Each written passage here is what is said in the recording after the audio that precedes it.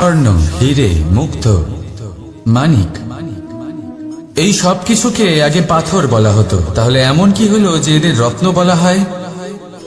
আর রত্ন তা বাস্তবে আসলে কি?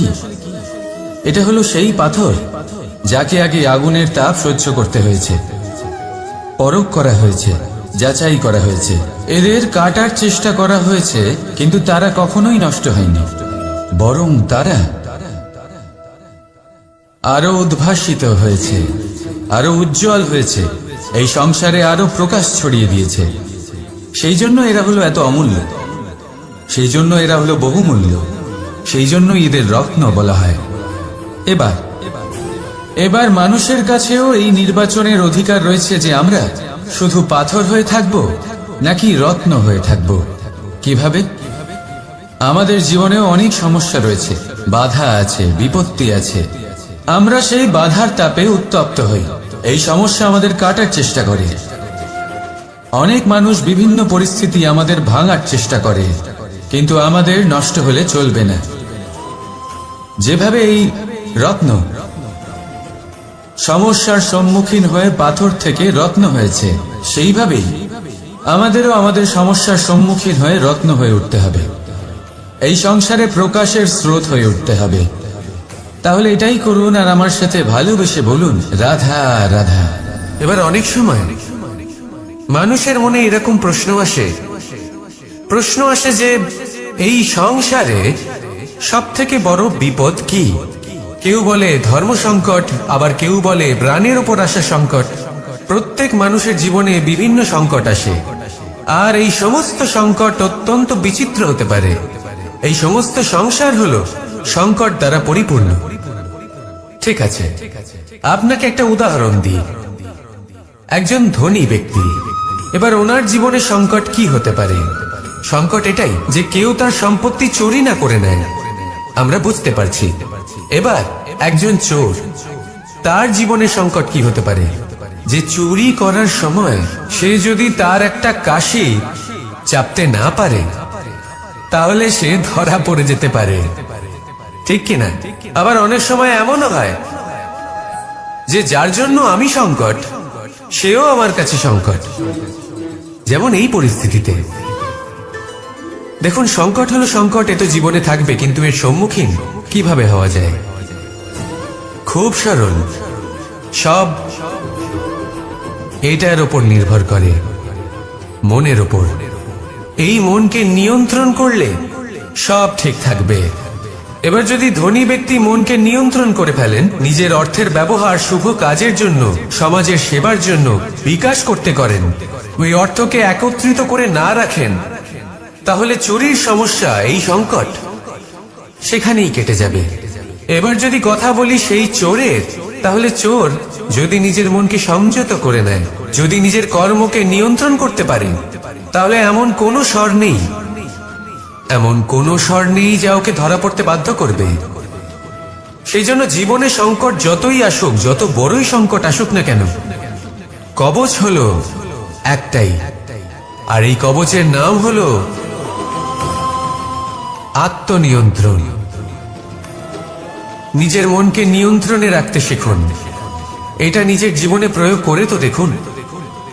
যদি আপনি করতে পারেন, তবে আপনি দেখবেন যে সংকট তো জীবনে আসা যাওয়া করে, কিন্তু সেই সংকটগুলির সম্মুখীন আপনি এইভাবে করতে পারবেন। তাহলে সেটাই করুন, আর আমার সাথে ভালোবেসে বলুন, রাধা রাধা। জীবনে যখনই আমাদের সামনে কোনো সংকট আসে, তখন আমাদের সামনে দুটো পথ খোলা থাকে।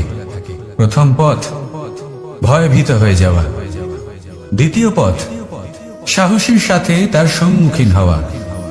এই দুইয়ের উদ্দেশ্য সমান, লক্ষ্য হলো সমান, আত্মসুরক্ষা, জীবন রক্ষা। কিন্তু ভয়কে দুর্বল মনে করা হয়, আর সাহসকে আপনার বল বলে মনে করা হয়। কারণ হলো এটাই যে ভয় তা হলো শুধুমাত্র একটা প্রতিক্রিয়া, আর সেইখানে সাহস এটা হলো একটা নিশ্চয়, একটা প্রতিবদ্ধতা। আর যদি সাহসের সাথে আপনি সংকটের সম্মুখীন হন, তাহলে হয়তো সেই সংকট আপনি চিরকালের মতো দমন করতে পারবেন। কারণ বিপদ যখন আসে, তখন সর্বপ্রথম আমাদের দ্বন্দ্ব হয় এখানে, মনে। সেই বিপদের সম্মুখীন আমরা এখানে হই। যদি এই হৃদয়কে, এই মনকে আপনি সাহসী করে তুলতে পারেন, তাহলে তাতে কখনো ভয় আসবে না, আর সেই বিপদের সম্মুখীন হওয়াও সরল হবে, জয়লাভ করাও সরল হবে। তাই নিশ্চিত রূপে সাহস হলো অধিক শ্রেষ্ঠ। জীবনে যখনই কোনো সংকট আসবে, তখনই সাহসের সাথে তার সম্মুখীন হন, আর আমার সাথে ভালোবেসে বলুন, রাধা রাধা। সংসারের সব থেকে মূল্যবান ধন কি হতে পারে? সেটা কি সেই স্বর্ণ যা দিয়ে অলংকার তৈরি করে আমরা ধারণ করি, নাকি সেই সব হিরে, মুক্ত, রত্ন যা হয় আমরা নিজেদের মুকুটে ধারণ করি বা হাতে আংটি বানিয়ে ধারণ করি, নাকি সেই ধন যার দ্বারা আমরা সংসারে যা চাই তাই কিনতে পারি? এই সব হলো ধন সম্পত্তি, কিন্তু সব থেকে বেশি মূল্যবান কিন্তু এরা নয়। এগুলো যে কেউ আপনার থেকে অনায়াসে কাটতে পারে। কোনো চোর চুরি করে নিতে পারে, কোনো ডাকাত এসে লুট করে নিতে পারে। সংসারের সব থেকে মূল্যবান ধন হলো সেটাই যাকে আমরা জ্ঞান বলে থাকি, যা আপনার থেকে কেউ কেড়ে নিতে পারবে না। কোনো ডাকাত লুট করে নিতে পারবে না, কোনো চোর চুরি করতে পারবে না, কোনো রাজা কর রূপে আপনার থেকে কেড়ে নিতে পারবে না। এগুলো আপনার সাথেই থাকবে। কিন্তু একটা কাজ আছে যা আপনি করতে পারেন। এই জ্ঞানরূপী ধন আপনি ছড়িয়ে দিতে পারেন। এই জ্ঞানই হলো এমন একমাত্র ধন যা ভাগ করে নিলে আরো বেড়ে যায়। সেই জন্য জীবনে সব সময় মনে রাখবেন, জ্ঞান লাভ করার বিষয়ে বেশি একাগ্র হন, ধন লাভ করার দিকে নয়। আমাদের মন প্রসন্ন চিত্ত হয়ে বলবে, রাধা রাধা। বৃক্ষের বীজ একটা সর্ষের দানার থেকেও ছোট হয়, কিন্তু যখন এটা বড় হয় তখন একটা বট গাছের মতো বৃহৎ আর মহান হয়ে ওঠে। গঙ্গা নদী, এর প্রারম্ভ হয় একটা ছোট্ট আর সরু স্রোত দিয়ে, তারপর সেটা বড় ধারায় বদলে যায়, তারপর সেটা নদীতে বদলে যায়, আর তারপর মহানদীতে পরিবর্তিত হয়। আপনি কি বুঝতে পারছেন যা আমি আপনাকে বোঝানোর চেষ্টা করে চলেছি? আমি আপনাকে বোঝাতে চাইছি যে প্রারম্ভ করার জন্য মহান হওয়ার কোনো প্রয়োজন নেই, কিন্তু হ্যাঁ, মহান হওয়ার জন্য প্রারম্ভ করা অত্যন্ত প্রয়োজনীয়। তাই শুরু করুন। আপনার ক্ষুদ্র এই প্রারম্ভ আপনার জন্য বৃহৎ হয়ে উঠতে পারে। শুরু করেই দেখুন না, আপনার গন্তব্য আপনার জন্য অপেক্ষা করে আছে। রাধা রাধা। পুষ্প দেখতে পাচ্ছেন আপনি? কি সুন্দর এই পুষ্প। সবাই চায় এরকম কোনো এক পুষ্প সে নিজের করে নেবে, নিজের কাছে রাখবে। এবার ভাবুন, এই পুষ্প যে সম্মান পায় তা কিসের জন্য পায়? শুধু কি তাকে সুন্দর দেখতে বলে? আসুন আপনাকে একটা কথা বোঝাই। এই ফুল যখন গাছে থাকে তখন এই রূপ আমাদের আকর্ষণ করে। এই ফুল দিয়ে যদি আপনি মালা বানান, কোনো মূর্তিতে দেন, তাহলে তা সম্মানের নিদর্শন হয়। এবার এই ফুলই যদি আপনি বিছানাতে ছড়িয়ে দেন, তাহলে সেই দৃশ্য দেখে সেই সুবাসে আপনার মন পুলকিত হয়ে ওঠে। কিন্তু ভাবুন, এই পুষ্পই যদি আপনি চিতায় সাজান, তাহলে এই পুষ্পকে আর কেউ সম্মান করে না। একই রকম কথা, সেই একই পুষ্প এক পরিস্থিতিতে সম্মান পাচ্ছে, এক পরিস্থিতিতে নয়। কেন? কারণ এতেই লুকিয়ে রয়েছে একটা গুরুত্বপূর্ণ শিক্ষা। এর সারমর্ম হলো এটাই যে এই সম্মান ব্যক্তি বা বস্তুকে করা হয় না, সম্মান করা হয় সময় এবং পরিস্থিতিকে।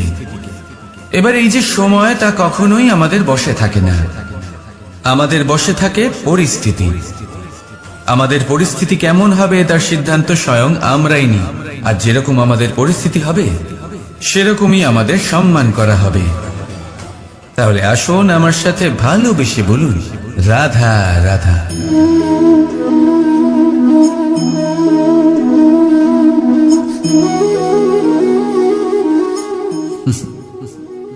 এবারে আপনারা ভাবছেন যে আমি এত একাগ্রতার সাথে এই পিঁপড়েকে কেন দেখছি। আপনাকে বলি যে আজ এই পিঁপড়েকে দেখে আমি মন্ত্রমুগ্ধ হয়ে গেছি। ওর রূপ বা ওর আকার দেখে নয়, এই পিঁপড়ের প্রচেষ্টা দেখে।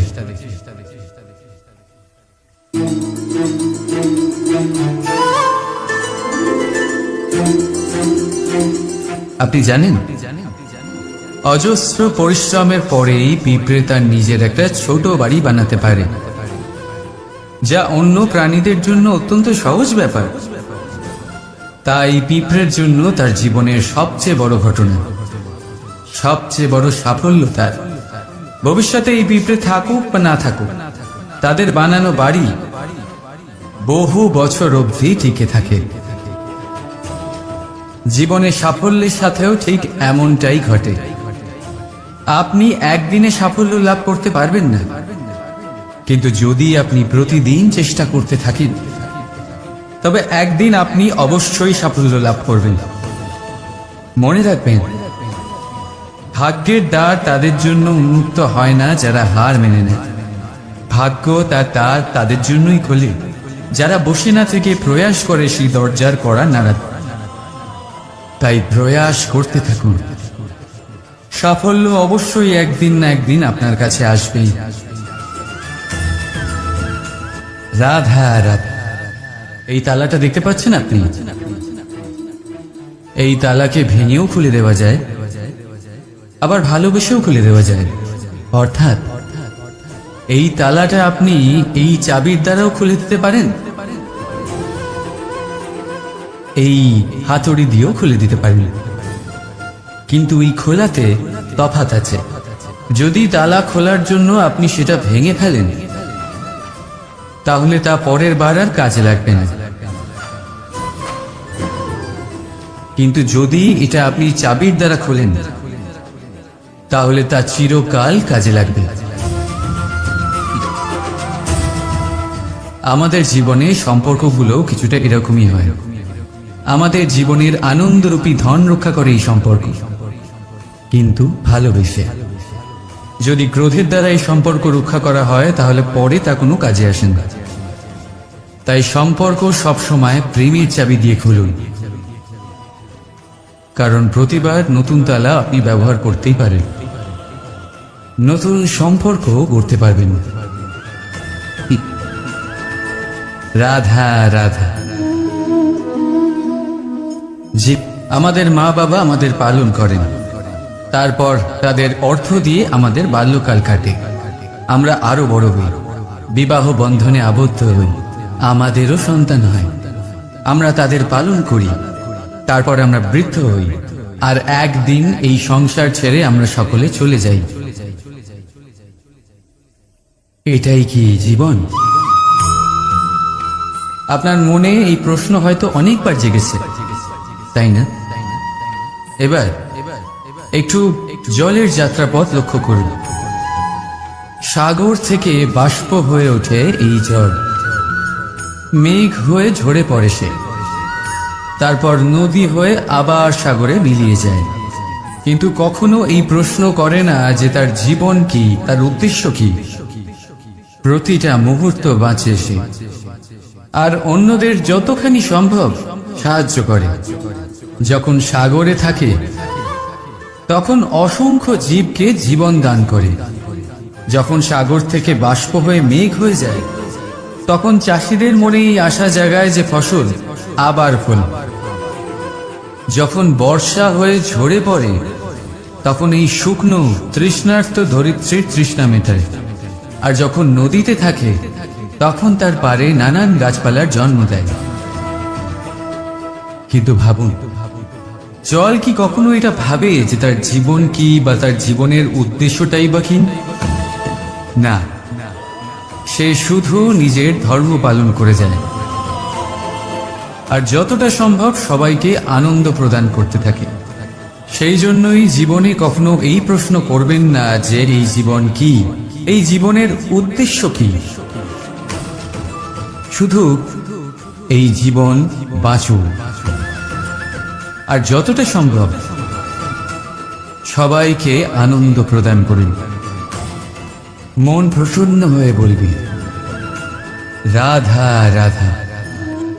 কখনো বৃষ্টির জন্য হওয়া কাদার মধ্যে দিয়ে আপনি নিজের বাড়ি ফিরেছেন? পাদুকা পরার জন্য আপনি ওই কাদা থেকে অবশ্যই বেঁচে যান, কিন্তু সেই পাদুকা থেকে আগত নোংরা কাদার ছিটে আপনার বস্ত্রকে ময়লা করেই দেন। কিন্তু তাও সেই ছিটের জন্য আপনার বস্ত্র ময়লা হয়ে যাবে, সেই জন্য আপনি পাদুকা পরা ছেড়ে দিন না।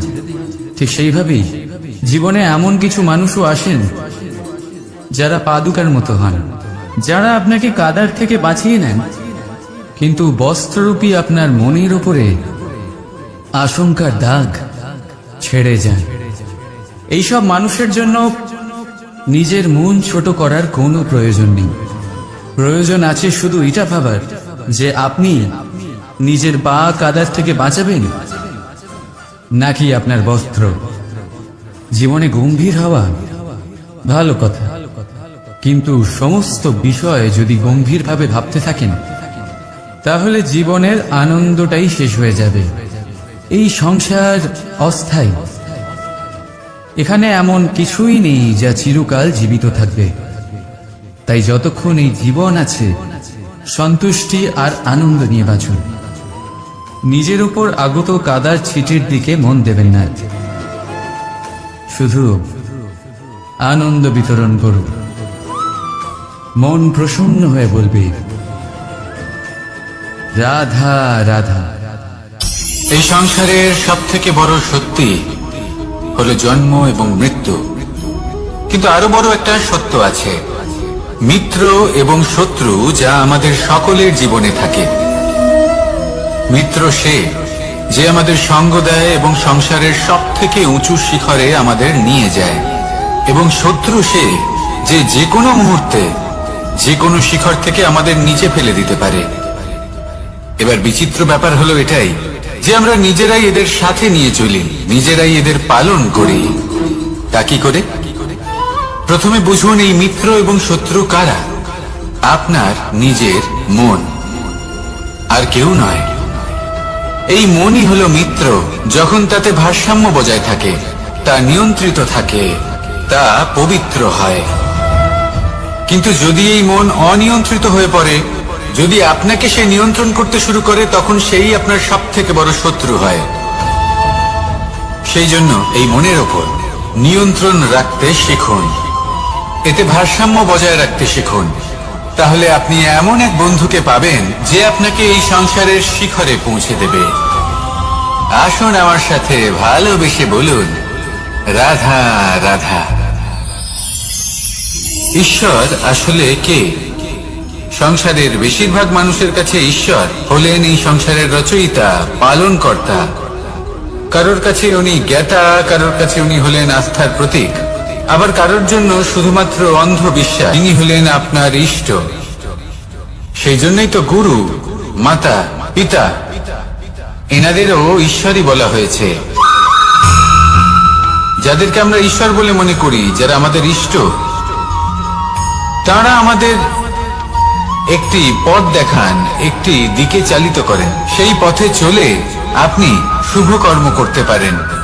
আর যখন কোনো ব্যক্তি তার ঈশ্বরের আদেশ পালন করেন, তখন সে নিজে থেকেই শুভ পথে অগ্রসর হয়ে যান। বেশ কয়েকজন মানুষ ঈশ্বরের ওপর আস্থা রাখেন এবং ভাবেন যে অনুচিত কোনো কাজ করা উচিত নয়, ঈশ্বর দেখছেন। ওনারা ভয় পান যে কোনো অনুচিত কর্ম করলে কে জানে তার পরিণাম কি হবে। এমন অনেক ব্যক্তি রয়েছেন যারা ঈশ্বরকে বিশ্বাস করেন এবং জানেন যে ঈশ্বর তাদেরকে দেখছেন, তাই যে যে শুভ কর্ম ওনারা করেছেন তার ফল তারা অবশ্যই পাবেন। এবার আপনি ভয় পেয়ে ঈশ্বরকে বিশ্বাস করবেন নাকি বিশ্বাসের দ্বারা ঈশ্বরকে বিশ্বাস করবেন, সেই সিদ্ধান্ত আপনারই। কিন্তু হ্যাঁ, যদি আপনার মনে ঈশ্বরের জন্য কোনো স্থান থাকে, যদি আপনার কোনো ইষ্ট থাকেন, যদি আপনি কাউকে ঈশ্বর মনে করেন, যার প্রত্যেক আদেশ আপনি পালন করে থাকেন, তাহলে বলি ঈশ্বর কখনো আপনাকে অনুচিত পথে চালিত করবেন না। আসুন আমার সাথে ভালোবেসে বলুন রাধা রাধা। এই সংসারে ভিন্ন ভিন্ন ধরনের গাছ আছে, অসংখ্য ধরনের প্রজাতি আছে। কিছু গাছ পাতা দিয়ে থাকে, কিছু ফুল, কিছু ফল। কেউ ছায়া প্রদান করে, কেউ শীতলতা প্রদান করে, কেউ নিজেকে খুব কষ্ট দিয়ে এই সংসারের বিকাশে সহায়ক হয়ে ওঠে। কিন্তু এই সবার মধ্যে একটা বিষয় কিন্তু সমান। এরা প্রত্যেকেই পাতা ছাড়া, ফুল ছাড়া, ফল ছাড়া জীবিত থাকতেই পারে, কিন্তু কোনো বৃক্ষই শিকড় ছাড়া বেঁচে থাকতেই পারে না। এটাই হলো রাধার। ঠিক সেইভাবেই আমাদের জীবনে শক্তি হোক, ধন হোক বা সাফল্য হোক, আমাদের বা আমাদের পরিবারের প্রসন্নতাই হোক, এই সব কিছুর আধার হলো, সবকিছুর মূল হলো পরিশ্রম। তাই জীবনে চিরকাল পরিশ্রম করতে থাকুন। যদি আপনি জীবনে কর্ম এবং ফল, মানুষের স্বভাব হলো এটাই যে তিনি নিজের প্রত্যেক পরিশ্রমের প্রতিফল প্রার্থনা করেন। বেশিরভাগ সময় এই ফলাফলের চিন্তা করতে করতে, কল্পনা করতে করতে উনি কর্ম করতে থাকেন যে আমি এই কাজটা করলে এই ফল পাবো। সেই সব কল্পনা করতে থাকেন যা না তার হাতে আছে, না আছে অধিকার, আর না আছে নিয়ন্ত্রণ। উনি শুধু নিজের কর্ম করতে পারেন। উনি কি ফল পাবেন তা তার হাতে কখনোই নেই। তাই আপনিও শুধুমাত্র কর্ম করতে থাকুন, ফলের চিন্তা করবেন না। মনে রাখবেন, শিকড় এবং শাখা যেভাবে একে অপরের সাথে জড়িয়ে, সেইভাবেই একে অপরের সাথে জড়িয়ে কর্ম এবং ফল। যেরকম কর্ম আপনি করবেন, সেরকম ফল আপনি অবশ্যই পাবেন। তাই এই ফলের আশায় কর্মের সময় কখনোই নষ্ট করবেন না, কারণ যে ব্যক্তি সময় নষ্ট করেন, সময় সেই ব্যক্তিকে অবশ্যই নষ্ট করে দেয়। কর্ম করুন নিঃস্বার্থভাবে, ফলের চিন্তা করবেন না, আর আমার সাথে ভালোবেসে বলুন রাধা রাধা। কর্ম এবং ফল, দেখতে গেলে এই সমস্ত ব্রহ্মাণ্ড এই দুইয়ের মাঝেই স্থির হয়ে আছে। মানুষজন কর্ম করেন ভালো ফল লাভের আশায়, আর ভালো ফল লাভের আশায় উনি এটাই ভুলে যান যে উনি যে কর্ম করছেন তা কি করছেন। আমি বলেছিলাম কর্ম করুন ফলের চিন্তা না করে, কিন্তু কি কর্ম করছেন সেই বিষয়ে ভাবাটাও অত্যন্ত আবশ্যক। নয়তো অনেক সময় আমরা এমন কর্ম করে ফেলি যা না চাইতেও বিষে পরিণত হয়, যা হয়েছে দুঃশাসনের সাথে, দুর্যোধনের সাথে, গুরু দ্রোণের সাথে। একজনের মানসিকতা উচিত ছিল না, একজনের বিবেক উচিত ছিল না, আরেকজন যে পক্ষ নির্বাচন করেছিলেন সেই পক্ষ উচিত ছিল না। আর যা কিছু ওনাদের সাথে হলো, আপনার, আমার, আমাদের সকলের সাথে তা হতে পারে। আমি বলেছিলাম কর্ম করুন, ফলের চিন্তা করবেন না, কিন্তু এই কর্মের বিষয়ে বিচার করে দেখাটাও ততটাই আবশ্যক। দেখুন, কর্ম করার উচিত প্রক্রিয়া ফলের চিন্তা না করা, কিন্তু যদি আপনার কর্ম শুভ হয় তাহলে তার ফল ও নিয়তি আপনাকেই দেবে। সর্বদা কর্ম করার সময় এটা ভাবুন যে আপনার এই কর্ম এই সংসারকে, এই সমাজকে, আপনার পরিবারকে, আপনার আশেপাশের মানুষজনকে কোন দিশায় নিয়ে যাবে। যদি এটা সবার জন্য মঙ্গলময় হয় তাহলে কর্ম করতে থাকুন। আর হ্যাঁ, নিশ্চিত রূপে ফলের চিন্তা করবেন না। আসুন আমার সাথে ভালোবেসে বলুন রাধা রাধা।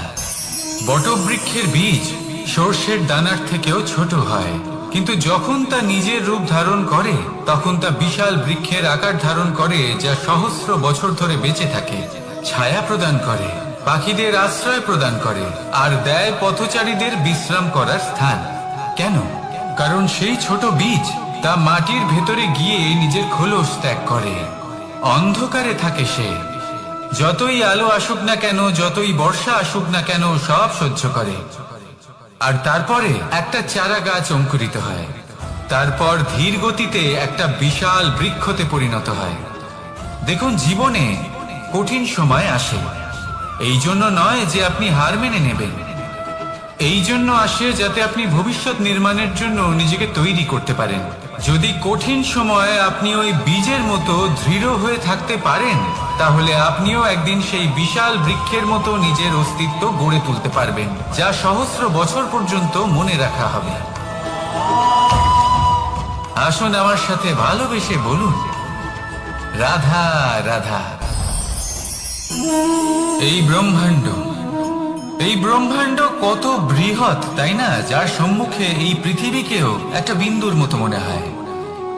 আর এই পৃথিবীতে আমরা কে হই, আমাদের আকার কি রকম, আমাদের অস্তিত্বই বা কি? যখন আমরা এভাবে ভাবি তখন মনে হয় আমরা কিছুই নই। তা আমরা যখন কিছুই নই, তাহলে আমরা এত চিন্তা করি কেন? কি ভেবে ভয় পাই? কাকেই বা এত ভয় পাই? কে আমাদের মারতে পারে আর কেই বা আমাদের জন্ম দেবে? আত্মার আসলে না কখনো জন্ম হয় আর না কখনো মৃত্যু। আত্মা শুধুই শরীর বদল করে। আপনি, আমি, আমরা সকলে এই শরীর নয়, আমরা হলাম আত্মা, যা হলো পরম আত্মার পরম অঙ্গ।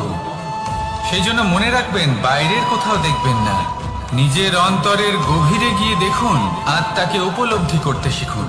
ক্লেশ, ভয়, চিন্তা, এই সব কিছুর থেকে নিজেকে দূরে রাখুন, তাহলেই উপলব্ধি করতে পারবেন পরমাত্মাকে। তাহলে আসুন আমার সাথে ভালোবেসে বলুন, রাধা রাধা। পরিবর্তন এই সংসারের শাশ্বত নিয়ম। কোন রাজা নেই যিনি চিরকাল রাজা থাকেন, কোন ধনী ব্যক্তি নেই যিনি চিরকাল ধনী থাকবেন। এই সংসারে সূর্যের স্থান নেওয়ার জন্য চন্দ্রিমার আগমন ঘটে। কোন স্থান যাকে পতিত বলা হয়েছিল, সেখানে মহল তৈরি হয়েছে। কোন স্থান যাকে আজ মলিন বলা হয়েছে, কাল সেখানে মন্দিরও স্থাপন হতে পারে। কোন ঋতু চিরকালের জন্য থাকে না, কখনো সময় চিরকাল একরকম থাকে না। আজ যে আপনার কাছে রয়েছে, কাল অন্য কারোর ছিল। আজ যে আপনার কাছে রয়েছে, কাল তা অন্য কারোর কাছে চলে যাবে। আপনার সাথে কিছু থাকলে তা হলো আপনার কর্ম, কিন্তু সেই কর্মের পরিণামও আপনার নয়। আপনি শুধু কর্ম করুন, বাকি সবকিছুই পরিবর্তনশীল। কিন্তু সেই পরিবর্তনকে দেখে ভয় পাওয়ার প্রয়োজন নেই, তাকে স্বাগত জানান। যদি আপনি হাসি মুখে সেই পরিবর্তনকে স্বাগত জানান, তাহলে এই পরিবর্তনও হাসি মুখে আপনার সাথে থাকবে। আসুন আমার সাথে ভালোবেসে বলুন, রাধা রাধা। সঞ্চয়। মানুষের যখন থেকে বোধ বুদ্ধি হয়, সঞ্চয় করতে আরম্ভ করে দেন।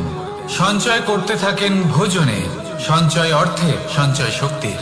নিজের জন্য করেন, নিজের পরিবারের জন্য করেন, নিজের স্ত্রীর জন্য করেন, সন্তানের জন্য করেন, সন্তানের সন্তানের জন্য সঞ্চয় করেন।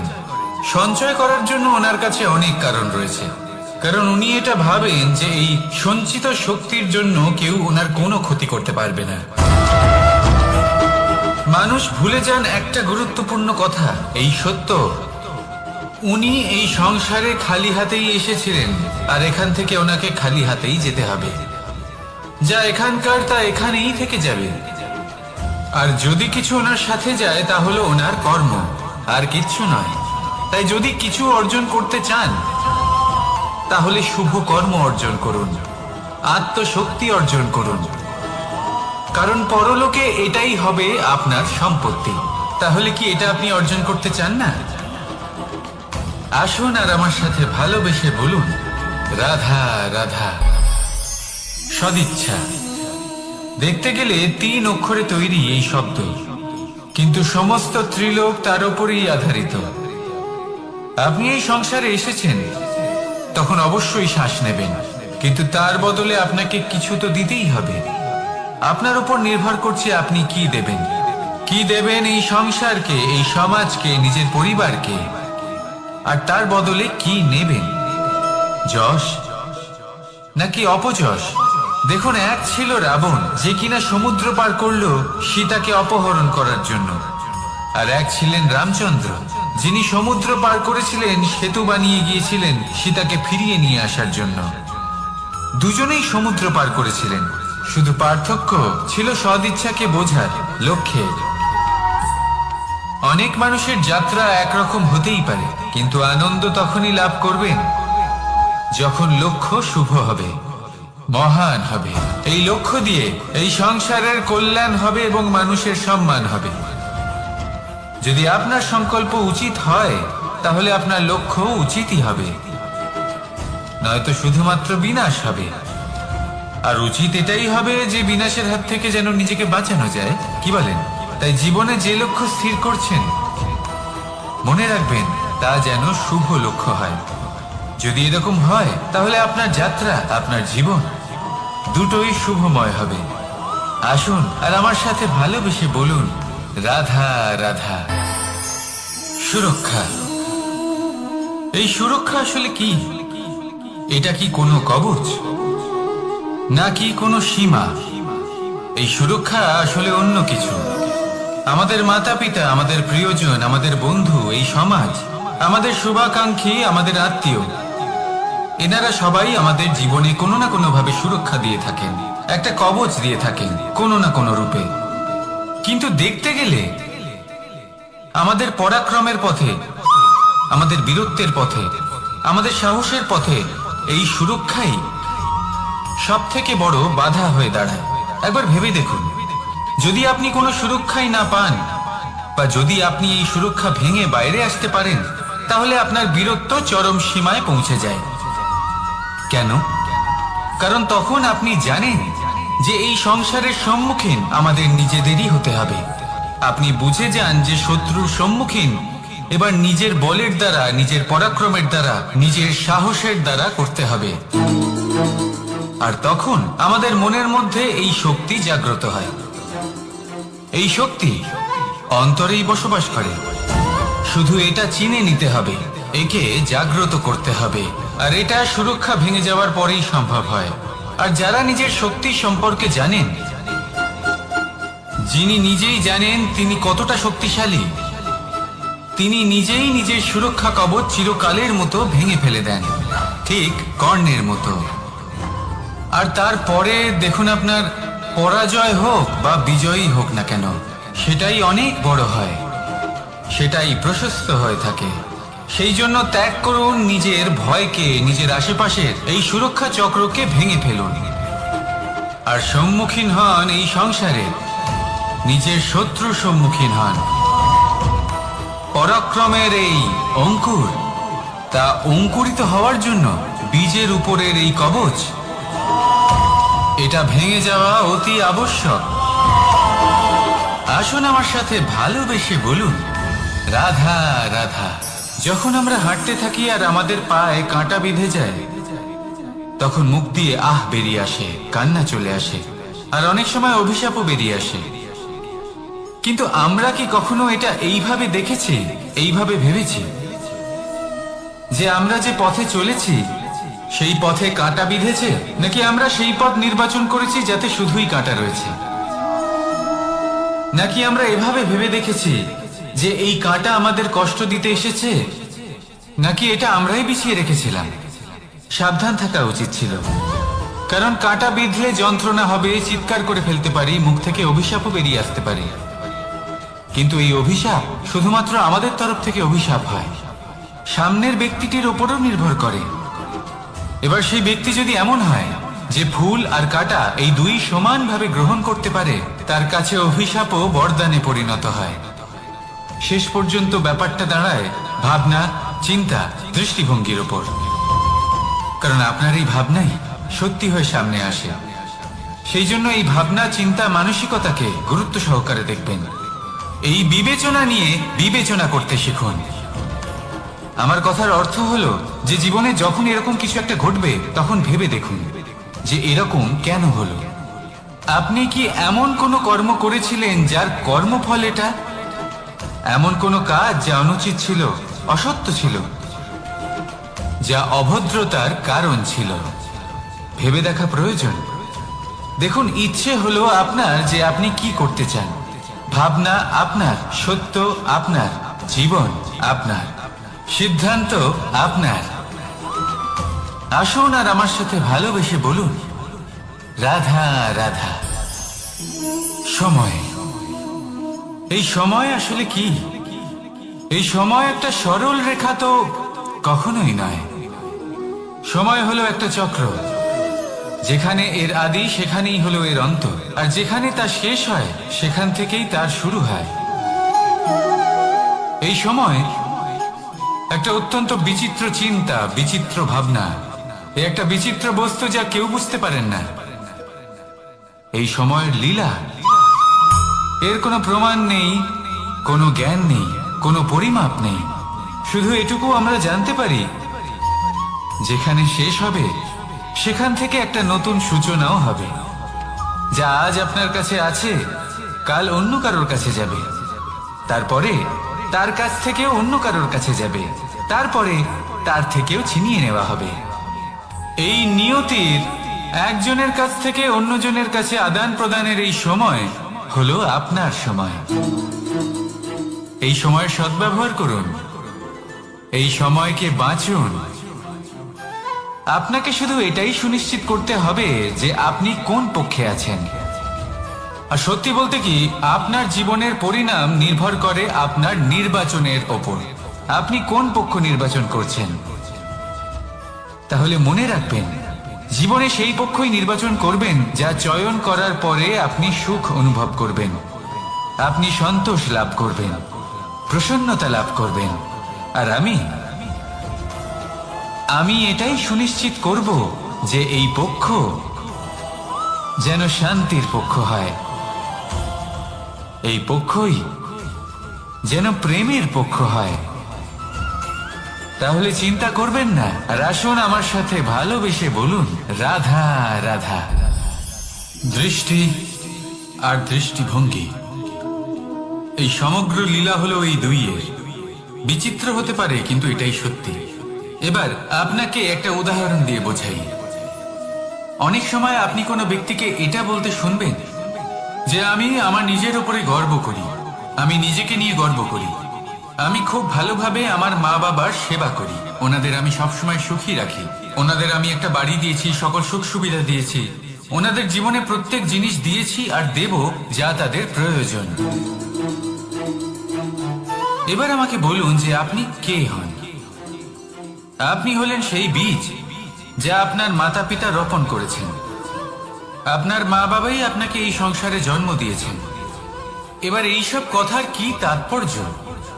এই হলো সেই ব্যক্তির দৃষ্টিভঙ্গি।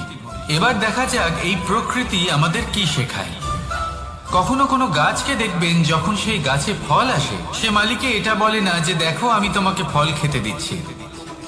সেই বৃক্ষ এটা বলে না যে দেখো আমি তোমায় আহার করতে দিচ্ছি, কারণ ও জানে যে এটা হলো সেই মালির পরিশ্রম, এটা হলো তারই কর্মের ফল, আর এটা তারই পাওয়া উচিত।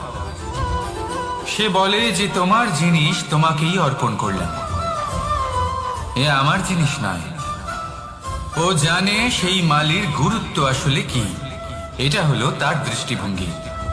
সেই জন্য আপনি জীবনে কোন ব্যক্তির মধ্যে, কোন পশু পাখির মধ্যে, কোন প্রাণীর মধ্যে, কোন পরিস্থিতিতে, কোন আবেগের মুহূর্তে কি দেখতে পাচ্ছেন, সেটা আপনার দৃষ্টিভঙ্গির উপরে নির্ভর করছে। তাই নিজের মনে ধন্যাত্মক ভাব জাগ্রত করুন, শুভ চিন্তা নিয়ে আসুন। এই ভাবনাই সত্য হয়ে সামনে আসবে। এই দৃষ্টিভঙ্গি এমন হয়ে যাবে যে আপনার জীবনে সবকিছুই শুভ হবে। তাহলে আসুন আর আমার সাথে ভালোবেসে বলুন, রাধা রাধা। প্রতিশোধ অথবা কাউকে দুঃখ দেওয়ার ভাবনা, যদি এটা আপনার মনে থাকে, তাহলে আপনি নিজের মনেই যন্ত্রণার একটা বিশাল বৃক্ষ রোপণ করছেন, এটা মনে রাখবেন। কারণ কাউকে দুঃখ দেবার এই ভাবনা, এটা হলো সেই বীজ যা আপনার মনেই পতিত হবে, আপনার মনেই অঙ্কুরিত হবে, আর আপনার মনেই একটা বিশাল বৃক্ষরূপে বেড়ে উঠবে। জীবন আপনার, কর্ম আপনার, কাউকে দুঃখ দেবার ভাবনা আপনার ছিল, এই বৃক্ষ হলো আপনার, তাই এর ফলও আপনিই পাবেন, যা গ্রহণও আপনাকেই করতে হবে। মনে রাখবেন, যে মানুষ এটা ভাবে যে আমি ওকে দুঃখ দেব, ওকে কষ্ট দিতে চাই আমি, সেই মানুষই দুঃখ আর কষ্ট পেয়ে থাকে। যদি সেই জায়গায় আপনি এটা ভাবেন যে আমি কাউকে সুখী করে তুলতে চাই, কাউকে সুখ প্রদান করতে চাই, তাহলে তারও বীজ আপনার মনেই রোপণ হবে, বৃক্ষে পরিণত হবে, যার ফলও আপনিই পাবেন। এখানে বিষয়টা হলো শুধু মানসিকতা, চিন্তা যা সত্য হয়ে আপনার সামনে আসে। তাহলে এই মানসিকতা শুভ করুন, সবার জন্য মঙ্গল কামনা করুন। অন্যের মনে আপনার জন্য ভালো চিন্তা থাকুক বা না থাকুক, আপনি সবার জন্য শুভ চিন্তা করে কর্ম করতে থাকুন, তাহলে আপনার সাথেও ভালোই হবে। তাহলে আসুন আর আমার সাথে ভালোবেসে বলুন, রাধা রাধা।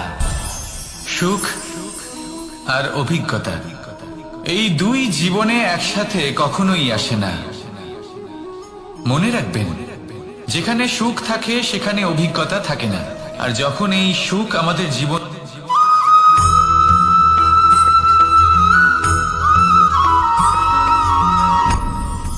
আপনি কি কখনো কোনো জলের ধারা দেখেছেন?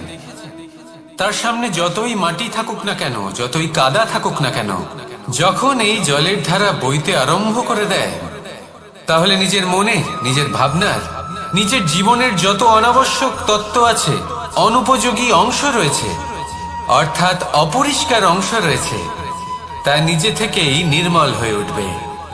আর যেরকম জলের ধারা কখনো থেমে থাকে না, সব সময় বয়ে চলে, সেইভাবে আপনিও কখনোই থামবেন না, সবসময় বয়ে চলুন, এগোতে থাকুন। পথে যদি অনেক বিপদ আসে, সমস্যা আসে, থামবেন না, তার উপর নিরন্তর প্রহার করুন, নিরন্তর প্রয়াস করুন আর অগ্রসর হন।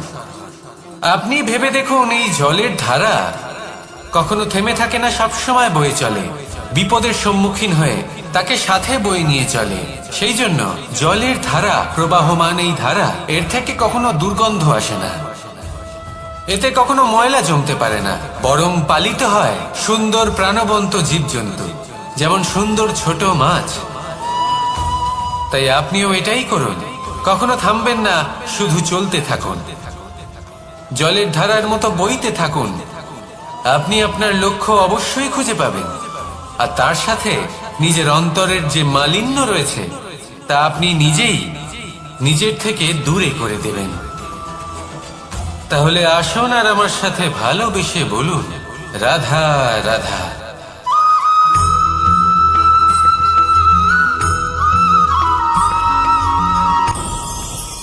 ভয়ের সাথে আমরা সবাই পরিচিত, কষ্টও আমরা সবাই পেয়েছি। কখনো কখনো আমরা অসুস্থ হয়ে পড়ি, আর এমন সময় হলে মাতার মমতা, কখনো বাবার স্নেহ, কখনো বন্ধুদের পাশে থাকার অনুভূতি আমাদের রোগ নিরাময়ে সাহায্য করে। কখনো যদি আমরা নিরাশ হয়ে পড়ি, তখন যদি আমাদের কোনো আপনজন আমাদের দুটো ভালো কথা বলে, তখন আমাদের মনোবল বেড়ে যায়। ঠিক তেমন সংসারের এই রঙ্গমঞ্চে যদি আপনি পীড়িত অনুভব করেন, কিছু শুভ কথা আলোচনা করুন, কিছু স্তুতি গান করুন, কিছু মুহূর্তের জন্য হলেও নিজের ইষ্টদেবের কথা স্মরণ করুন আর প্রার্থনা করুন। সাহস বাড়বে, শক্তিও বৃদ্ধি পাবে এবং সামনে এগিয়ে চলার পথও দেখতে পাবেন। তখন এই মন প্রসন্ন হয়ে বলবে, রাধা রাধা।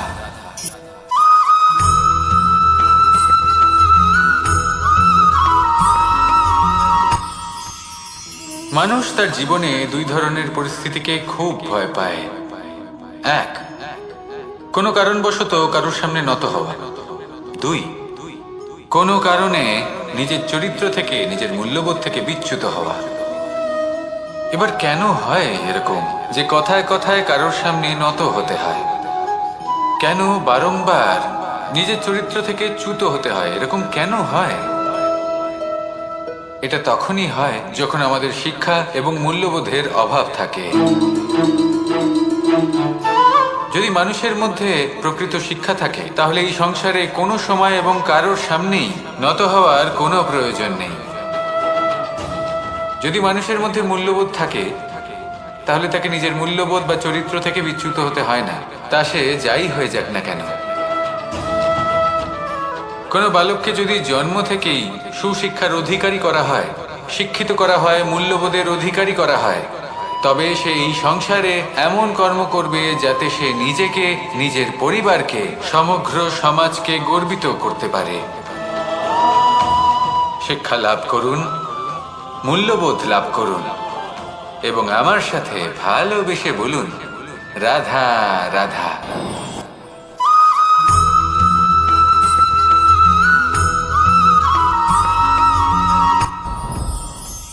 সাথী। সাথী এই শব্দটির ব্যাখ্যা কে কিভাবে করে? মিত্র, সখা, বন্ধু। কিন্তু অর্থ একটাই, তিনি যিনি আপনার সঙ্গী হন আর তিনি যার সাথী আপনি হন। এবার সব থেকে বড় প্রশ্ন হলো এটাই যে তিনি কে হতে পারেন যাকে আপনি আপনার সাথী বলে মেনে নিতে পারেন, নিজের সখা, নিজের মিত্র, নিজের বন্ধু মেনে নিতে পারেন। আপনার সাথী হলেন তিনি যিনি দুঃখের সময় আপনার পাশে থাকবেন, আপনার হাত ধরে থাকবেন। আপনার সাথী হলেন তিনি যার হাত আপনি নিজের সুখের দিনে ধরে থাকবেন। সেই সাথীরই হাত ধরুন যিনি দুঃখে সবসময় আপনাকে সাহায্য করার জন্য তৎপর হয়ে থাকেন, আপনার পাশে থাকেন, আর যাকে সুখের দিনে আপনি আপনার সাথে রাখতে পারেন। আর যখন আপনার সাথে আপনার এই সাথী থাকবে তখন আপনি এটা বুঝবেন যে যখন জীবনে দুঃখ আসে তখন এই দুঃখ কমে যায়, সবার মধ্যে ভাগ হয়ে যায়। আর যদি তখন সুখ আসে তাহলে সেটা সবার উপস্থিতিতে আরো বেড়ে যায়। এটাই হলো প্রেম, এটাই হলো ভালোবাসা, এটাই হলো সঙ্গ। যেমন সম্পর্ক আমার আর রাধার মাঝে। তাহলে আসুন আর আমার সাথে ভালোবেসে বলুন, রাধা রাধা।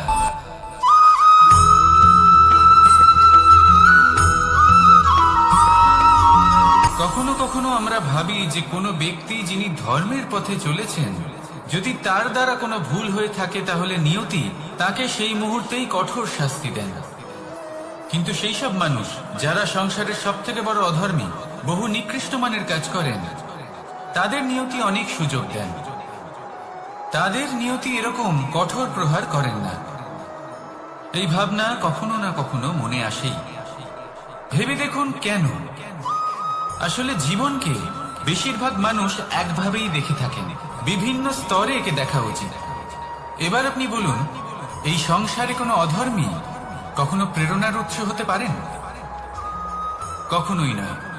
যে মানুষ নিজের আত্মাকে মলিন করে ফেলেছেন, তিনি এই সংসারকে কিভাবে প্রেরণা যোগাবেন? উনি নিজেই বুঝতে পারেন না কোনটা করা উচিত, ধর্ম কোনটা। তাই নিয়তি তাকে একটা সুযোগ দেন, এটা বোঝার সুযোগ দেন যে কোনটা উচিত, কোনটা ধর্ম। সুযোগ দেন নিজের বিবেক জাগিয়ে তোলার, তাকে সুযোগ দেন নিজের অন্তরাত্মার ডাক শোনার। যখন তাতেও কাজ হয় না, তখন নিয়তির কাছে একটাই পথ বাকি থাকে, আর তা হল মহাবিনাশ। মহাবিনাশ হয়তো দেরিতেই আসতে পারে, কিন্তু তা অবশ্যই আসবে। আর যখন মহাবিনাশ আসে তখন মহাবিনাশের যন্ত্রণা সমগ্র মানব জীবনের যন্ত্রণার থেকে অনেক বেশি হয়। এই কথাটা সবসময় মনে রাখবেন।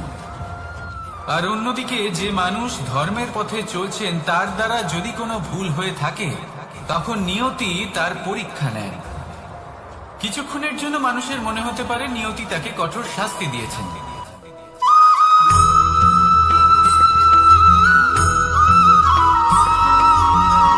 মানুষের মানসিকতা এমন হয় যে সে যতটা করে আশা করে যে তার থেকে অনেক বেশি তার বদলে সে পাবে। দেখুন, সবকিছুই আপনার ভাবনা চিন্তার উপর নির্ভর করছে। আপনি যদি ফলের বিষয়ে ভেবে কর্ম করতে থাকেন তাহলে সেটা অনুচিত। জীবনের আসল আনন্দ হলো নিজের কর্ম করতে থাকা, ফলের চিন্তা করা উচিত নয়।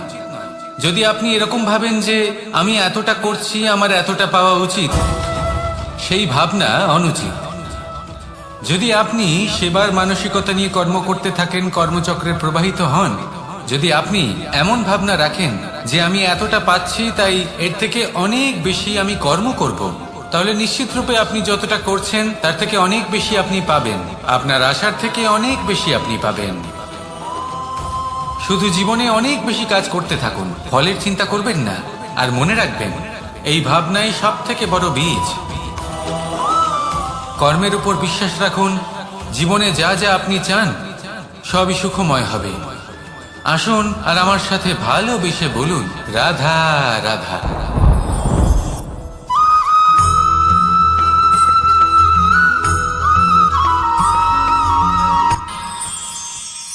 আমরা সবাই সূর্যকে সম্মান কেন করি? কারণ আমরা জানি যে সন্ধেবেলা যখন সূর্যাস্ত হবে তখন শুধুমাত্র অন্ধকার বাকি থাকবে।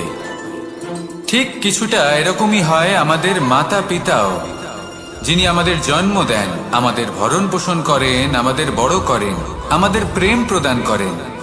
কখনো কখনো তাদের মুখ থেকে কটু কথা নিঃসৃত হয়, আমাদের দুঃখ হয়, কিন্তু তখন আমাদের এটা বোঝা উচিত এগুলি নিঃসৃত হচ্ছে আমাদেরই মঙ্গলের জন্য। যেমন সূর্যদেব, উনিও উত্তাপ দিয়ে থাকেন আমাদেরই মঙ্গলের জন্য, যাতে ফসল পাকতে পারে, যাতে জল বাষ্প হয়ে মেঘ হতে পারে, বৃষ্টি হতে পারে, আর এই সংসারে নিরন্তর জলের প্রবাহ থাকে। আমাদের মাতা পিতা, তাদের কঠোর আচরণ, তাদের কঠোর অনুশাসনের পেছনে লুকিয়ে থাকে ওনাদের ভালোবাসা। আমাদের তা বুঝতে হবে, সসম্মানে ওনাদের গ্রহণ করতে হবে। কারণ ঠিক সূর্যাস্তের পরে যেমন চতুর্দিক অন্ধকারচ্ছন্ন হয়ে যায়, তেমনি আমাদের জীবন থেকে যখন আমাদের মাতা পিতা চলে যায় তখন আমাদের জীবনেও শুধু এবং শুধুমাত্র অন্ধকারই ছেয়ে থাকে। সেই জন্য নিজের মাতা পিতাকে সম্মান করুন, ওনাদের ভালোবাসা প্রদান করুন। এই মন আর এই জীবন প্রসন্ন হয়ে বলবে, রাধা রাধা।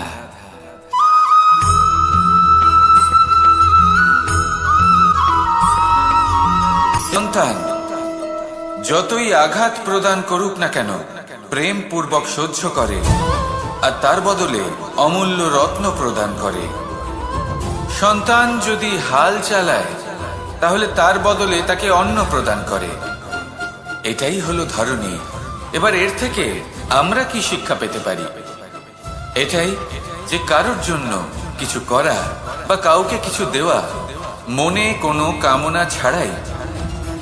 আর এই কথাটা বুঝে যান, যদি কারোর জন্য কামনা না রেখে বা কোনো পাওয়ার আশা না রেখে কারোর জন্য কিছু করেন বা কারোকে কিছু দেন, যদি এটা আপনি শিখতে পারেন তবে আপনি ভালোবাসতে শিখে গেছেন। আর সেই জন্যই এই ধরিত্রীকে মাতা বলা হয়। কারণ মাতা শুধু উনি নন যিনি গর্ভে সন্তানকে ধারণ করেন, মাতা তো উনিও যিনি জীবন বাঁচতে শেখান, যিনি জীবন বাঁচার উদাহরণ প্রদান করেন। তাহলে ধরনীর থেকে এই নিঃস্বার্থ ভাব শিখুন, নিঃস্বার্থ ভালোবাসা শিখুন, আর এই ভালোবাসার সাথেই বলুন, রাধা রাধা।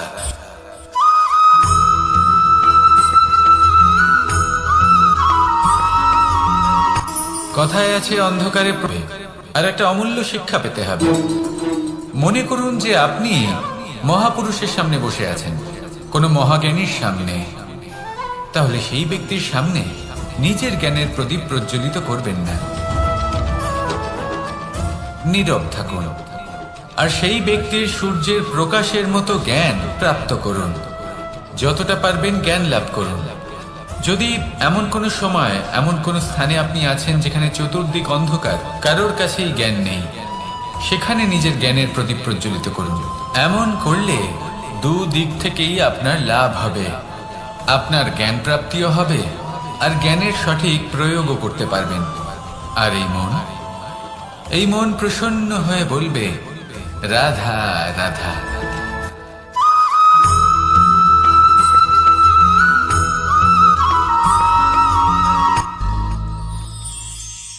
শিশিরের বিন্দু পাতার ওপর পড়ে আর তার গায়ে লেগে থাকে। পাতা তাকে শুষে নিতে পারে না, আর শেষ পর্যন্ত সে ঝরে পড়ে যায়। অন্যদিকে রয়েছে মেঘ এবং চাতক। এদের মধ্যে অনেক দূরত্ব থাকে। মেঘ থাকে আকাশে আর চাতক থাকে ধরিত্রীতে। কিন্তু যখন এই মেঘ থেকে বৃষ্টি ঝরে পড়ে, এই চাতক কিন্তু সেই জলই পান করে, নয়তো সে তৃষ্ণার্ত থেকে যায়। এবার অন্যদিকে দেখলাম শিশির বিন্দু আর পাতার এই সম্পর্ক। এরা খুব কাছাকাছি থাকে, ঘনিষ্ঠও থাকে। অন্যদিকে রয়েছে মেঘ এবং চাতকের সম্পর্ক, যাদের মধ্যে অনেক দূরত্ব থাকা সত্ত্বেও তারা খুব ঘনিষ্ঠ, তাই না? এই সারমর্ম খুব সরল। এই নৈকট্য, এই দূরত্ব, তা আপনার সম্পর্কে প্রভাব কিছুতেই ফেলতে পারে না। এই নৈকট্য, এই দূরত্ব, এইসব হলো শুধুমাত্র মনের ব্যাপার। কখনো আপনি অনুভব করেছেন আপনি কারোর থেকে অনেক অনেক দূরে আছেন, অনেক দূরে আছেন, তাও সেই ব্যক্তির প্রতি আপনি টান অনুভব করেন। সেখানে আপনি কারোর সাথে প্রত্যেক দিন অতিবাহিত করেন, সমস্ত জীবন অতিবাহিত করেন, সব থেকে বেশি সময় তার সাথে অতিবাহিত করেন, তাও তার প্রতি সেই টান অনুভব করেন না। এই সংকেত হলো মনের দূরত্বের। তাহলে মনের এই দূরত্ব দূর করুন আর আমার সাথে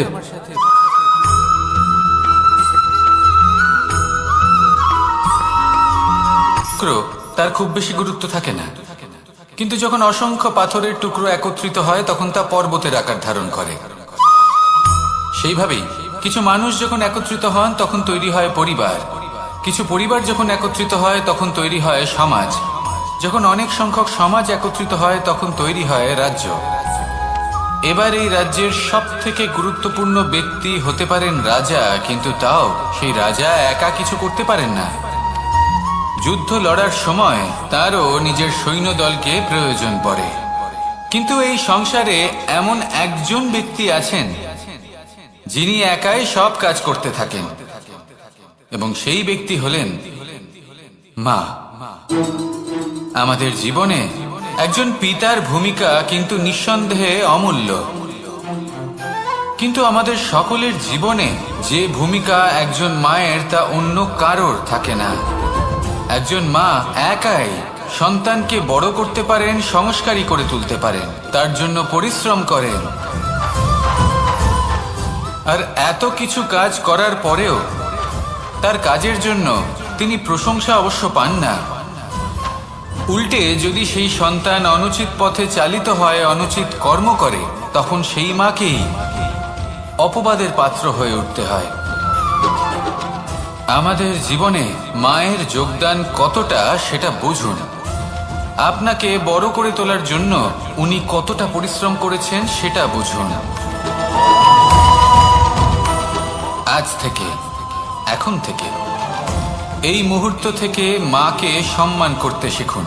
যখন সময় পাবেন, যখন সুযোগ হবে, তখন তার প্রশংসা করুন, ওনারও ভালো লাগবে।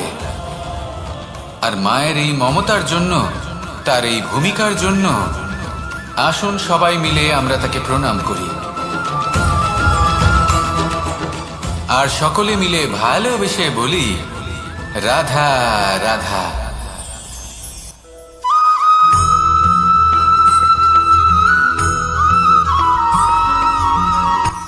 এই সংসারে সাফল্য লাভ করার জন্য জ্ঞানের প্রয়োজন হয়, পরিশ্রমের প্রয়োজন হয়, দৃঢ় নিষ্ঠার প্রয়োজন হয়, নিরন্তর চেষ্টা করা প্রয়োজনীয়।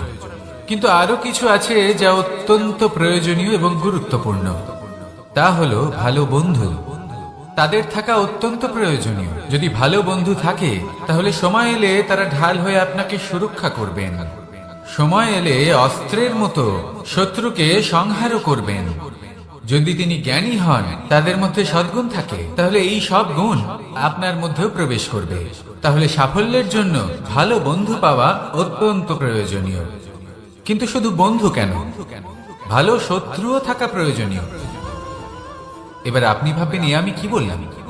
যদি আপনার জীবনেও ভালো অর্থাৎ শক্তিশালী শত্রু থাকে, তাহলে আপনিও শক্তিশালী হতে থাকবেন।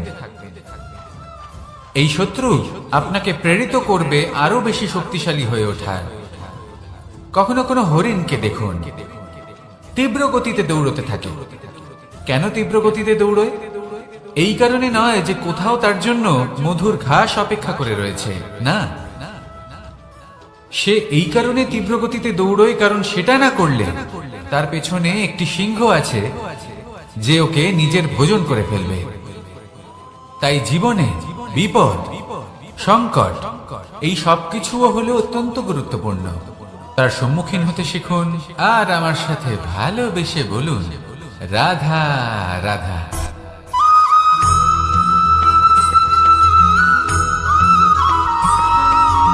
মানুষ জন্মগ্রহণ করে, তার সাথে ভয়েরও জন্ম হয়। ছোটবেলা থেকেই আমাদের মনে কোনো না কোনো প্রকারের ভয় থেকেই যায়।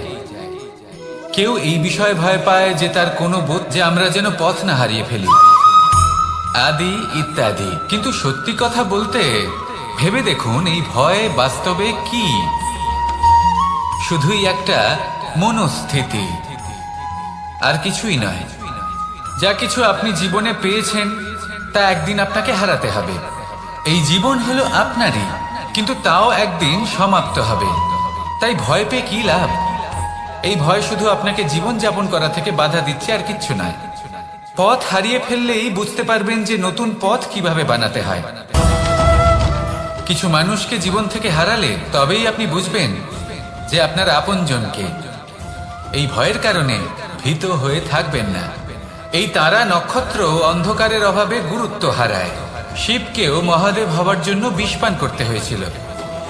প্রত্যেক পরিস্থিতি, প্রত্যেক সাফল্য আপনার পরীক্ষা নেবে, তাতে উত্তীর্ণ হওয়া হলো আপনার কর্ম। যখনই আপনি ভয় পাবেন বা সংকটের সম্মুখীন হবেন, তখন সাহসের সাথে তার সম্মুখীন হন। মনে রাখবেন, যে সম্মুখীন হতে জানে, সাফল্য তার সাথে সবসময় থাকে। আসুন আর আমার সাথে ভালোবেসে বলুন, রাধা রাধা।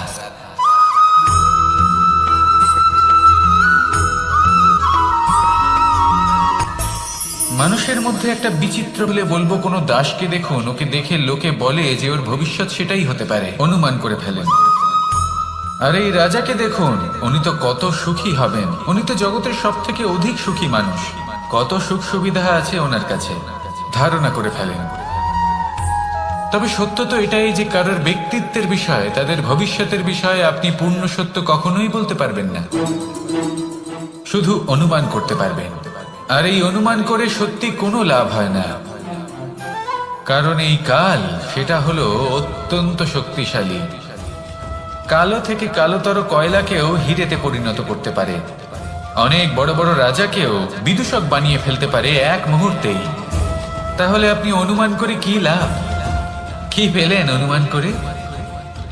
সেই জন্য কারোর বিষয়ে কোনো অনুমান করবেন না, তার ভবিষ্যতের বিষয়ে অনুমান করতে যাবেন না, কারোর বিষয়ে কোনো ধারণা করে নেবেন না। কিছু করতে হলে ভালোবাসুন, সবার মধ্যে ভালোবাসা ছড়ান, সবার মধ্যে ধন্যাত্মক ভাব ছড়ান। এই মন প্রসন্ন হয়ে বলবে, রাধা রাধা।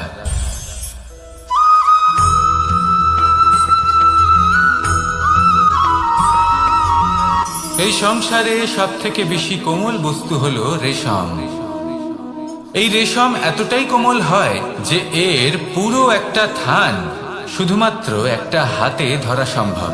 থাকে, পাক দিতেই থাকে, আর আস্তে আস্তে তার মধ্যেই জড়িয়ে পড়ে। শেষে ওর এই সুন্দর অমূল্য সৃষ্টি রেশমের এই সুতো, তার নির্মাণ কার্য পূর্ণ হয়, কিন্তু তাতেই ও নিজে বন্দী হয়ে যায়। নিজেরই মায়াজালের এই বন্দী গৃহে নিজেই ফেঁসে যায়। এবার এই সুতোকে ব্যবহারযোগ্য করে তোলার জন্য এই কীটগুলিকে এই কবচের সাথেই ফুটন্ত জলে ফেলে দেওয়া হয়। এই সংসারে যদি আমাদের স্বপ্ন এই সংসারের দুঃখ হরণ করার জন্য, এই সংসারে সুখ বিতরণ করার জন্য হয়, তবেই আমাদের প্রগতি সম্ভব। যদি আমাদের এই স্বপ্ন শুধুই আমাদের এবং আমাদের স্বার্থ সিদ্ধির জন্য হয়, তাহলে এই স্বপ্ন আমাদের অন্ধ করে দেবে, আমাদের অন্ধকারের পথে নিয়ে যাবে, আর আমরাও সেই কীটের মতো হয়ে যাব।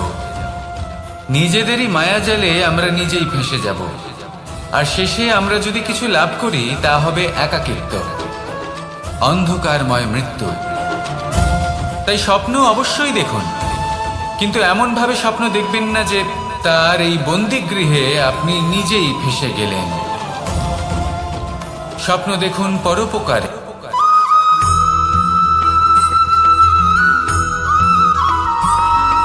আপনি কখনো কোনো সাধারণ পাখি দেখেছেন? যেমন বাবুই। সে কি করে? সে কোনো গাছের ডালে নিজের বাসা বানায়। এবার সেইখানে বাসা বানানো সহজ ব্যাপার, কারণ সামগ্রী আশেপাশেই পাওয়া যায়। কিন্তু সমস্যা হলো আক্রমণ। কোনো সাপ বা অন্য কোনো পশু ওর বাসাতে ওর সন্তানদের উপর না আক্রমণ করে বসে, এই ভয়ে তার সব সময় থাকে। আর এটা সব থেকে কঠিন ব্যাপার এদের জন্য, নিজের বাসায় নিজের সন্তানদের সুরক্ষা।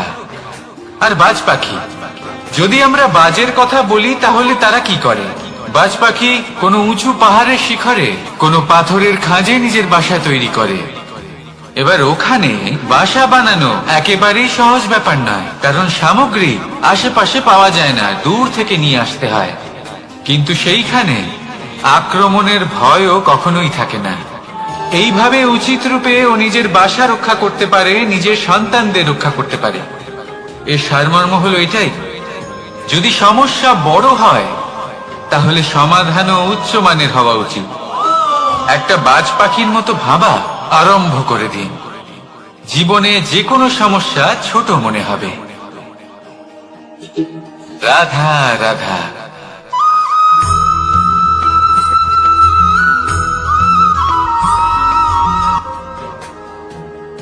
ভাগ করে নেওয়া বা বন্টন করা প্রত্যেক মানুষের জীবনে অবশ্যই হয়ে থাকে, আর অনেক সময় এটা জীবনে অতি আবশ্যক হয়ে পড়ে।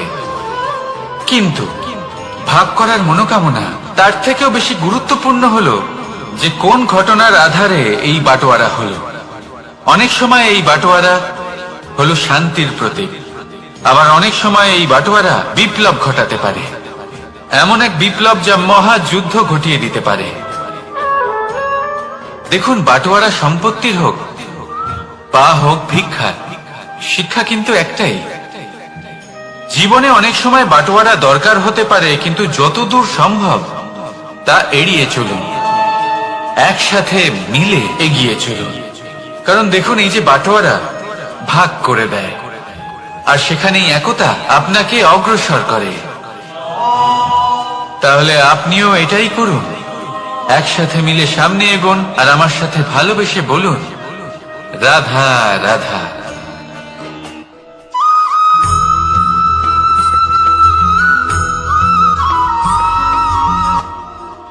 জীবনে এমন কিছু কাজ রয়েছে যা আপনাকে একাই করতে হয়, আর এমন কিছু কাজ রয়েছে যা আপনাকে একসাথে মিলে করতে হয়, একজোট হয়ে, সঙ্গবদ্ধ হয়ে। এবার সঙ্গবদ্ধ বলতে কি বোঝাতে চাইছি? আমি তাদের কথা বলছি না যারা বাস্তবিকভাবে একে অপরের সাথে কাজ করেন, আমি তাদের কথা বলছি যারা একে অপরের থেকে দূরে থেকেও একে অপরকে বিশ্বাস করেন। আমি আগেও বলেছিলাম, সমস্ত বিশ্বের আশা বিশ্বাসেই বসবাস করে, তাই না? তাই যেখানে সমস্ত বিশ্ব আছে, সমস্ত সংসার আছে, সেইখানেই বিশ্বাস রয়েছে। তাই আপনার আশেপাশে এমন দল সঙ্গবদ্ধ করুন যাদের আপনার উপর বিশ্বাস আছে, আর যাদেরকে আপনি বিশ্বাস করতে পারেন। তাহলে আসুন আর আমার সাথে ভালোবেসে বলুন রাধা রাধা।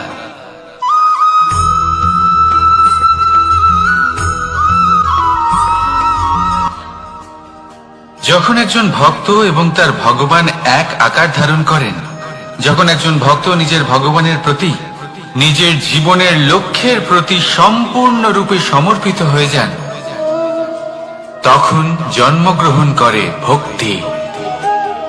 আর তখন সংসারের সমস্ত আশা তিনি ত্যাগ করতে পারেন। সমস্ত আশা শেষ হতে পারে, কিন্তু মানুষের সঙ্গ ভক্তি কখনো ত্যাগ করে না। যখন ভক্ত ও ভগবান এক আকার ধারণ করেন, এক হয়ে যান, তখন রথী এবং সারথীর মধ্যে কোনো পার্থক্য থাকে না, তারাও এক হয়ে যান। একটাই ব্যক্তিত্ব, একটাই অস্তিত্ব। আর সেই জন্যই কখনো কখনো রথীর আদেশ ছাড়াই সারথী রথ চালিয়ে দেন, আবার কখনো সারথীর পরামর্শ ছাড়াই রথী আক্রমণ করে ফেলেন। এ তো শুধুমাত্র আরো একটা গুণ সেই সারথীর মধ্যে, যিনি ধর্ম স্থাপনার মহান কাজে আমার সারথী হতে চলেছেন। তাহলে আসুন আমার সাথে ভালোবেসে বলুন রাধা রাধা।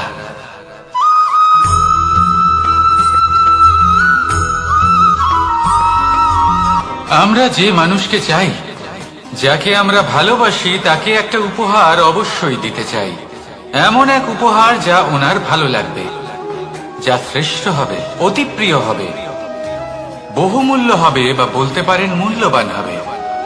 তাই আমরা কি করি? আমরা বাজারে যাই, তার জন্য স্বর্ণ, আভূষণ, হিরে, মুক্তো এইসব নিয়ে আসি। কিন্তু এটাই কি সর্বশ্রেষ্ঠ উপহার? কখনোই না। সর্বশ্রেষ্ঠ উপহার হলো স্বাধীনতা, তাকে নিজের মনের মতো বাঁচার স্বাধীনতা। যদি আপনি কাউকে স্বাধীনতা না দিতে পারেন, তাহলে সে কোথাও না কোথাও বন্দী হয়ে যায়, তার বিকাশ কোথাও না কোথাও আটকে যায়। কিন্তু যদি আপনি কাউকে স্বাধীনতা দিতে পারেন, তাহলে আপনি দেখবেন ও সমস্ত সংসারকে, এই জীবনকে নিজের দৃষ্টিভঙ্গি দিয়ে দেখবে, বুঝবে যে কোনটা হলো উচিত আর কোনটা হলো অনুচিত। আর এটাই হলো সর্বশ্রেষ্ঠ। আর এবার যদি কাউকে স্বাধীনতার মাধ্যমে এত বড় একটা শক্তি দিতে পারেন, তাহলে আপনি আমাকে বলুন, এর থেকে বড় উপহার আর কি হতে পারে? আসুন আর আমার সাথে ভালোবেসে বলুন, রাধা রাধা।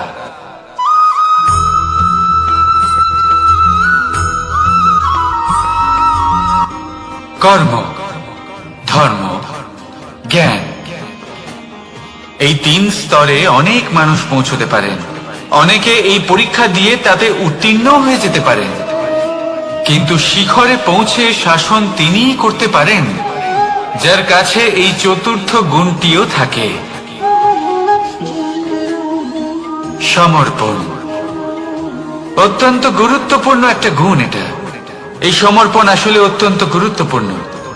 পূর্ণ সমর্পণ দরকার নিজের লক্ষ্যের প্রতি, সমর্পণ নিজের কর্তব্যের প্রতি, সমর্পণ নিজের আত্মার থেকে নির্গত স্বরের প্রতি, সমর্পণ নিজের রথির প্রতি, অর্থাৎ আমার প্রতি।